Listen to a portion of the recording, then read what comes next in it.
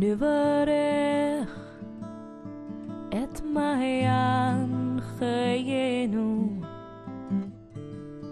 שכינת העולם שהחיינו וקיימנו והגיענו לזמן הזה,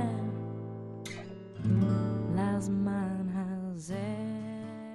Hello, my name is Rabbi Bradley Rabbis Artson. I'm the Abner and Rosalind Goldstein Dean of the Ziegler School of Rabbinic Studies at American Jewish University. I'm here with my good friend and prolific author, Rabbi David Wolpe, Rabbi of Sinai Temple in Los Angeles, California, to bring you a conversation to help us prepare for the High Holy Days approaching and this Elul season. So one of the questions that I've been thinking about, Rabbi Wolpe, that I hope we could talk about a bit, is reflective of the fact that the Americans are about to gear up for a presidential election, and so as we do in any democracy, we have to think about the nature of political power and the kinds of choices we make. So the first question I'd love to have us talk about is, often Jewish tradition gets hijacked by whatever political agenda the individual has at the moment. I'm the only one who consistently applies it in a fair way every time I issue a judgment. Exactly. But what You're known for this. Thank you. So what can we say? What are the parameters for legitimately applying the tradition, and what are the warning signs for avoiding that? Well, I think, and I've given this a lot of thought. I think that what happens is that people smuggle undeniable values into a political position by saying something like, because Judaism believes in feeding the poor, therefore you must be on this wing of the political spectrum, because the other wing of the political spectrum really, they don't care about feeding the poor. Right. But then if you turn to the other side of the spectrum, they'll say, actually, we care about as much as you do, we just have a very different idea about how a society functions properly in order to feed the poor. Yeah. So I want to make a distinction between values and the way in which you actually prosecute, carry out, or embody those values. And when rabbis speak, they ought to be able to say, these are the things that Judaism stands for. These are the, I mean, I don't think that they should go this far, but if they need to make political statements, they should say, these are the ways in which I think these values ought to be applied in our society, acknowledging that you actually can be as good, as kind, as thoughtful, all those things, and stand on the other side of the political spectrum. And when I say that, I just have to tell you that in my own experience, people on one side of the political spectrum honestly, deeply disagree with what I just said. They'll say, no, you can't be as good and as kind and as thoughtful as me and be a Republican or be they won't say a Democrat as much as they'll say a left-winger. And I think that's just foolish and short-sighted. Sure. Part of the, so let's go in two directions with that, because it does sound like part of what we're sketching is a distinction between values and policy. Yes. And that there are certain basic values that are bedrock to any religious Jewish life, but there's more than one policy approach to get there, and no one can guarantee that their policy will work has a lock on, but even leaving success aside, that there might be more than one policy that can get you that goal. I mean, that is true, and also there is the character question. Mm-hmm. That is, I mean, remember in the disputes between Hillel and Shammai in the Talmud, it says, why did Hillel win? They didn't say because he more accurately read the tradition. Right. Because they were modest, they were humble, because they cited Shammai's opinions before their own. It was entirely a character question. Yeah. So when you're voting for someone, at least part of it, I think, is not only the policies they advocate, but the content of their character.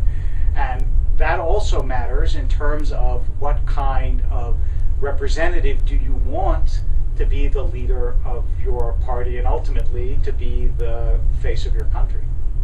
Part of the danger, I think, is because we don't know these candidates individually, most of us don't get to shake hands with them personally, we're seeing them screened through their own PR machinery and then through their opponent's PR machinery. and the news media, which means in any case we don't have a full estimation. We're taking bits of information and trying to say, do I like this person? Do I trust this person? Do I value them?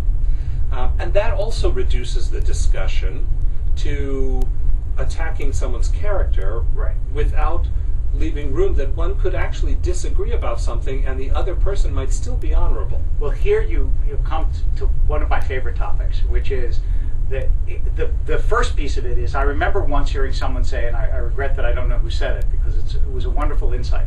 They said, next time you read a biography, imagine how well your best friend would describe your love life. And when you realize that they would get it wrong in 1,000 ways, recognize that it doesn't matter how much time this scholar has spent reading documents. He has no idea. He has no idea. If that's true, al achat kama v'kama, it's that much truer of people that you're reading about through quick news reports. Everybody knows that you always trust the newspaper except in a story that you happen to have personal knowledge of. And then you realize how hard it is to get it right when someone else is writing your story. So a lot of this, I think, has to be about a certain intellectual humility, which does not come naturally to rabbis, I think, because we're supposed to tell people this is what is true, the tradition says, so on and so forth.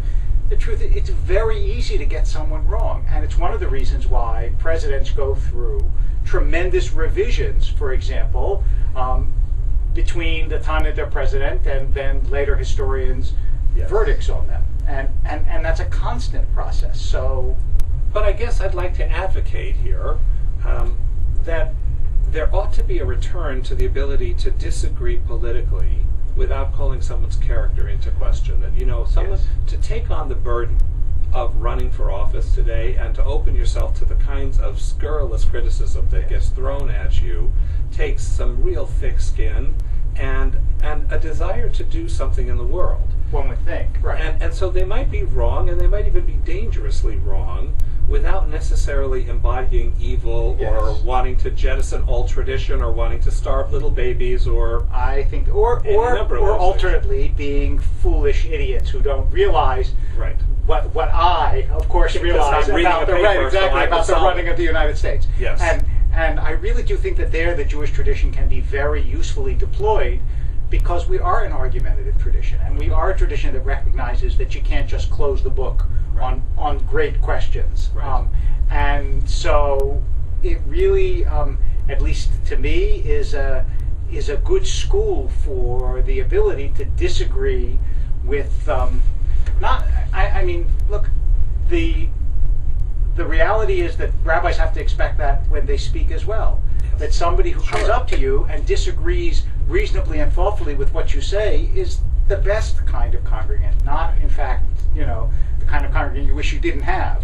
So, good. So the other question I want to swing back to, though, we talked about the difference between policy and values, and then we agreed that there are certain bedrock Jewish values that one legitimately should be using to arrive at a decision about which candidate to support, that there are certain limits beyond which a religious Jew shouldn't support a particular candidate based on bedrock values, and there's a certain rubric that we want to apply.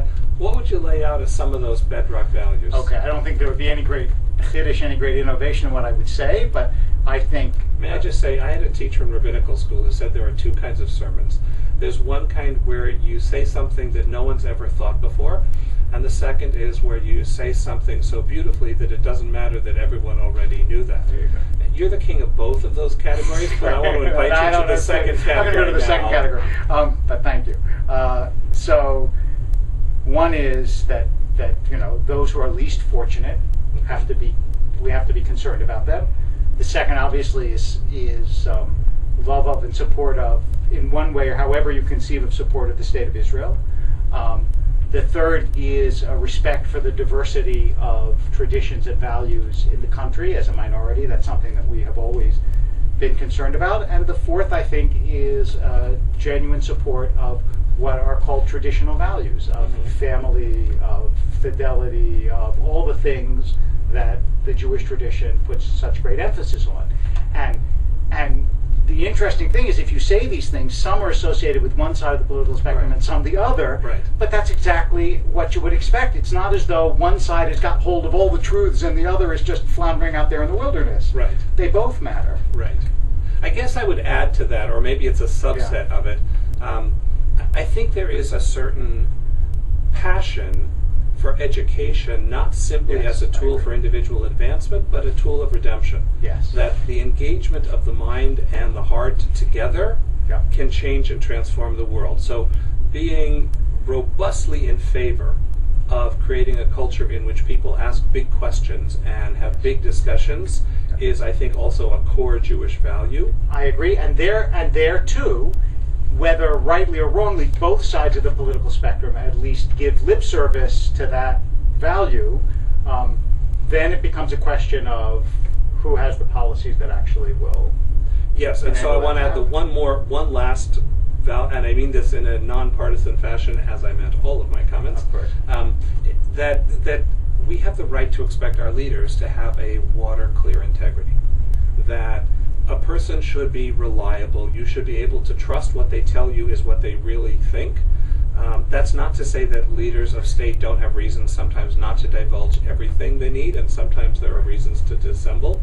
But by and large, we have the right, not only with our rabbis, but also with our elected officials, to expect them to be honorable and to uphold a certain way of being in the world that leads to trust and to a sense of reliability. That is true.